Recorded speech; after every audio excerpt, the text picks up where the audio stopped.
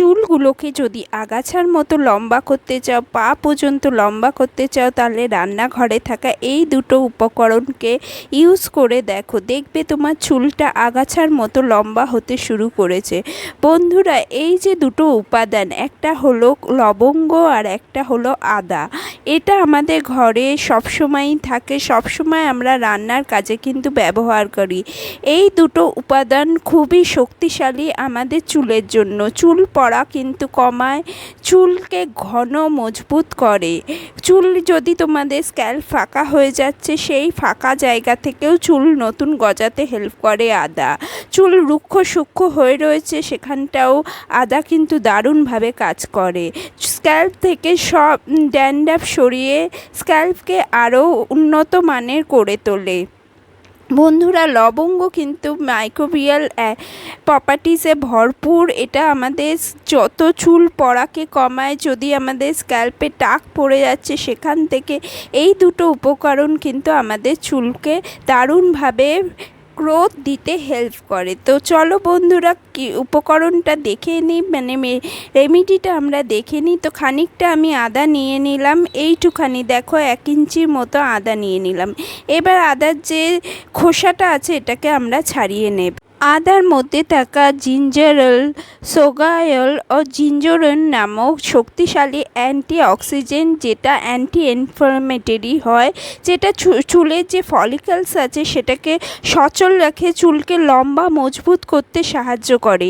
এটা আমাদের যে স্ক্যাল্পে রক্ত সঞ্চালনকে বাড়ায়, খুশকিকে দূর করে এবং অ্যান্টি মাইক্রোবিয়াল গুণের কারণে চুল পড়া কমায়। তো আদাটার খোসাটাকে ছাড়িয়ে আমরা এইভাবে ঘষে নেব। একটা গ্রেটারের মাধ্যমে ঘষে নাও পুরো আদাটাকে।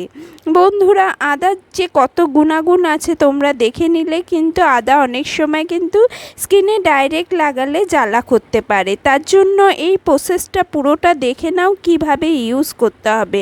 না হলে কিন্তু তোমরা যা তাভাবে যদি ইউজ করো তাহলে তোমার স্ক্যাল্পে কিন্তু ইনফেকশন হতে পারে, অনেক সময় তোমার স্ক্যাল্প চুলকাতে পারে, জ্বালা করতে পারে। তো বন্ধুরা, আমরা এটাকে ঘষে নিয়েছি, ঘষে নিয়ে এবার একটা বাটির মধ্যে আমরা ট্রান্সফার করে নেব। আর এরপর যে ইনগ্রিডিয়েন্ট সেটা হলো লবঙ্গ। ইউজিনল নামে একটা অ্যান্টিঅক্সিডেন্ট, এছাড়াও থাকে ভিটামিন এ, সি, কে এবং আয়রন, ম্যাগনিজ ও পটাশিয়াম, যেটা চুলের গোড়ায় রক্ত সঞ্চালন বাড়িয়ে তোলে এবং চুলকে লম্বা ঘন করতে কিন্তু সাহায্য করে। এটা স্ক্যাল্পের স্বাস্থ্যকে উন্নত করে, খুশকি দূর করে এবং চুল পড়া কমিয়ে চুলকে মজবুত করে। আমরা 5 থেকে 6টা লবঙ্গ নেব, এরকম ফুল আলা লবঙ্গ নেবে। ফুল আলা লবঙ্গ কিন্তু কাজ করে দারুণভাবে। এরপর আমি এর মধ্যে 1 গ্লাস জল দিয়ে দিচ্ছি, যেটা খাবার জল, তোমরা খাবার জন্য ব্যবহার করে থাকো সেই জল দিয়ে দিও। তো কলের জল দেবে না, যাতে আয়রন ভর্তি থাকে সেই রকম জল দিও না। এবার এই জিনিসটাকে আমরা হালকা আঁচে একদম লো ফ্লেমে বসিয়ে দেব বয়েল হতে। এটা একটা টোনার তৈরি হচ্ছে বন্ধুরা। এই টোনারটা যদি তুমি চান করার 1 থেকে 2 ঘন্টা আগে ইউজ করো, তাহলে তোমার স্ক্যাল্পে দারুণভাবে এটা কাজ করবে। তোমার স্ক্যাল্প থেকে খুশকি দূর করবে, চুলটাকে ঘন মজবুত করবে, স্ক্যাল্পে রক্ত সঞ্চালনকে বাড়িয়ে দেবে, স্ক্যাল্পটা আরও উন্নত করে তুলবে। তোমার যদি চুল পড়া বন্ধ হয়ে যায় তাহলে চুলের নানা রকম সমস্যা কিন্তু চলে যায়। যখন এটা ফুটতে শুরু করবে, 5 থেকে 10 মিনিট এটাকে ফোটাবে। 10 মিনিট ফুটিয়ে এটাকে ভালোভাবে বয়েল করে নাও। এর যত গুণাগুণ আছে, আদা আর যে লবঙ্গের যত গুণাগুণ আছে, সেটা এই জলের মধ্যে চলে আসা চাই। বন্ধুরা, এটা সপ্তাহে 2 থেকে 3 দিনে বেশি ইউজ করবে না। এটাকে স্টোর করবে কিন্তু তোমরা ফ্রিজে, যেখানে বেশি ঠান্ডা আছে, মানে যে দিকটা বেশি ঠান্ডা সেই দিকটা। আমি বলছি না বরফ বানিয়ে ফেলতে, কিন্তু যেখানটা একটু ঠান্ডা জায়গা বেশি সেখানটাতে এটাকে স্টোর করবে। আমরা এটাকে 2-3 সপ্তাহ স্টোর করতে পারবো বন্ধুরা। এটা কারা ইউজ করতে পারবে? একদম বাচ্চারা ইউজ করতে পারবে না, কারণ আদাতে অনেক সময় স্ক্যাল্পে জ্বালা করতে পারে। তার জন্য আমি বলছি বাচ্চাদেরকে একদম ইউজ করবে না। এটা 15 থেকে 18 বছরের ওপরে যারা তারা ইউজ করবে, এটা তাদের জন্যই ভালো কাজ করবে যাদের চুল পড়ে পড়ে একদম ফাঁকা হয়ে যাচ্ছে। এটাকে আমি ঠান্ডা করে নিয়েছি, টোনারটাকে ঠান্ডা করে নিয়েছি। এবার আমি একে ছেঁকে নেব। তুমি চান করার মানে যেদিনই শ্যাম্পু করবে তার 2 ঘন্টা আগে এটাকে ইউজ করবে।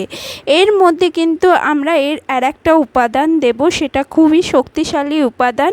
সেটা যদি না থাকে তাহলে তুমি আমাকে কমেন্ট করো, আমি তোমাকে বলে দেবো কি এর বদলে কি দিতে পারবে। তো বন্ধুরা, তো দেখে নাও কি উপাদান আমরা নেক্সট দিতে চলেছি। আমরা এর মধ্যে দিতে চলেছি ক্যাস্টর অয়েল। ক্যাস্টর অয়েল সাধারণত ওষুধের দোকানে পাওয়া যায়। 1 চামচ আমরা ক্যাস্টর অয়েল দিয়ে দেব। ক্যাস্টর অয়েল ডাইরেক্ট চুলে ইউজ করা যায় না, কারণ এটা খুব ঠিক একটা অয়েল হয়। এটা কিন্তু আমাদের নতুন চুল গজাতে খুব ভালোভাবে কাজ করে। স্ক্যাল্পে রক্ত সঞ্চালনকে বাড়িয়ে নতুন চুল গজাতে, যেখানে চুল পড়ে পড়ে টাক পড়ে যাচ্ছে সেখানেও নতুন চুল গজাতে কিন্তু দারুণভাবে হেল্প করে। তো এই তেল আর জল তো মিক্স খায় না, কিন্তু আমাদের একটু ভালোভাবে এটাকে মিক্স করে ফেলতে হবে। আর যখনই তুমি এই জিনিসটাকে ইউজ করবে, এই টোনারটাকে ইউজ করবে, ভালো করে ঝাঁকিয়ে নিয়ে তারপরে ইউজ করবে। তো বন্ধুরা, আমি একটা হুইস্কারের সাহায্যে যতটা পাচ্ছি এটাকে মানে এই তেলটাকে আর জলটাকে মেশানোর চেষ্টা করছি। তোমরাও একটু এফোর্ট দিয়ে এই তেল আর জলটাকে মেশানোর চেষ্টা করো, তাহলেই ভালো কাজ করবে। প্রচুর পরিমাণে ক্যাস্টর অয়েল দেবে না। আর এই রেমেডি ইউজ করলে তোমাদের তেল আর ইউজ করার প্রয়োজন পড়বে না। কারণ যদি আবার তেল ইউজ করতে চাও মানে অনেক, তাহলে কিন্তু দুটো মিশে তোমার স্ক্যাল্প থেকে তেল কিন্তু বেরাতে চাইবে না। এই রেমেডিটা তুমি স্ক্যাল্পে ভালো করে স্প্রে করে নাও। স্প্রে করে এটাকে 1 থেকে 2 ঘন্টা রেখে দাও তোমার চুলে, স্ক্যাল্পে। তারপর তুমি শ্যাম্পু ওয়াশ করে নাও। একান্তই যদি চুলের নিচের দিকটায় তুমি তেল লাগাতে চাও, তাহলে কোনো হালকা তেল যেমন অলিভ অয়েল বা নারকেল তেল ইউজ করতে পারো। এরপর আমি একটা স্প্রে বোতলে ট্রান্সফার করে নেব। এটা স্প্রে বোতলে দিতে পারলে খুব ভালো হয়। আর যদি তোমার কাছে স্প্রে বোতল না থাকে তাহলে একটা ড্রপারের মাধ্যমে স্ক্যাল্পে ড্রপ করে দিয়ে দিও। সবচেয়ে ভালো হয় স্প্রে বোতলে যদি তুমি ইউজ করতে পারো। বা যদি তোমার কাছে না থাকে স্প্রে বোতল, নয় তুলো বা ড্রপারের মাধ্যমে স্ক্যাল্পে ড্যাব করে দিয়ে দিও। তো এটা কিন্তু মানে তেল ছাড়া পরিষ্কার মাথাতে ইউজ করতে হবে। তেলওয়ালা মাথাতে এটা দেওয়া যাবে না। একান্তই যদি তুমি স্ক্যাল্পে তেল দিতে চাও, এটা লাগিয়ে নাও, লাগিয়ে আধ ঘন্টা রেখে দাও, তারপরে তুমি তেল দিতে পারো। এটা লাগানোর পর, এখন গরমের দিন, তেল না দিলেই চলবে, না হলে কিন্তু তোমার চুল থেকে তেল বের করা কিন্তু মুশকিল হয়ে পড়বে। একান্তই তুমি তেল দিতে চাও তাহলে চুলের আগাতে তুমি একটু নারকেল তেল দিতে পারো। আর যখনই এটা ইউজ করবে তখনই কিন্তু এটাকে ঝাঁকিয়ে নেবে, কারণ তেলটা কিন্তু এক জায়গায় থাকবে, জলের সাথে মিশবে না। তো তার জন্য ভালো করে ঝাঁকিয়ে তারপরে এইটাকে এইভাবে আমি দেখিয়ে দিচ্ছি, দেখো এইভাবে লাগাও।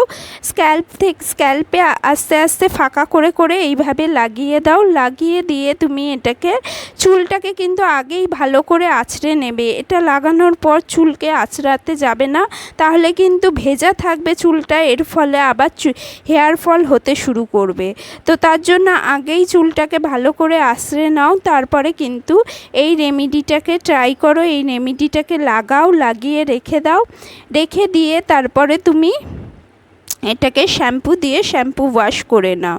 বন্ধুরা, এই গরমে অতিরিক্ত তেল ইউজ করার কোনো প্রয়োজন নেই। তোমরা 10 দিনে 15 দিনে একবার করে তেল যদি ভালো করে ডিপ অয়েলিং করো তাতেই চলবে। এই গরমে ভালো কোনো হেয়ার মাস্ক ইউজ করো। তোমরা যদি কমেন্ট করে জিজ্ঞেস করো কে কোন হেয়ার মাস্ক ইউজ করতে পারবে, আমি কমেন্টে বলে দেব। তো বন্ধুরা এইভাবে ভালো করে স্প্রে করে নাও, স্প্রে করে চুলটাকে আলতো করে একটা খোপা করে রেখে দাও। খোপা করে রেখে দিয়ে তুমি 1 ঘন্টা যত সময় আছে তোমার কাছে 1 থেকে 2 ঘন্টা তোমরা এটাকে ইউজ করে মানে রেখে দাও, তোমার স্ক্যাল্পে এটাকে কাজ করতে দাও, তারপরে তুমি শ্যাম্পু করে নিতে পারো। তো বন্ধুরা ভিডিওটা যদি একটু হেল্পফুল লেগে থাকে তাহলে অবশ্যই কমেন্ট করো, আমার চ্যানেলে নতুন এসে থাকলে অবশ্যই চ্যানেলটাকে সাবস্ক্রাইব করে যেও আর লাইকও করে যেও আমাকে। অবশ্যই এই রেমেডিটাকে একটা লাইক দিয়ে যেও। Thank you for watching.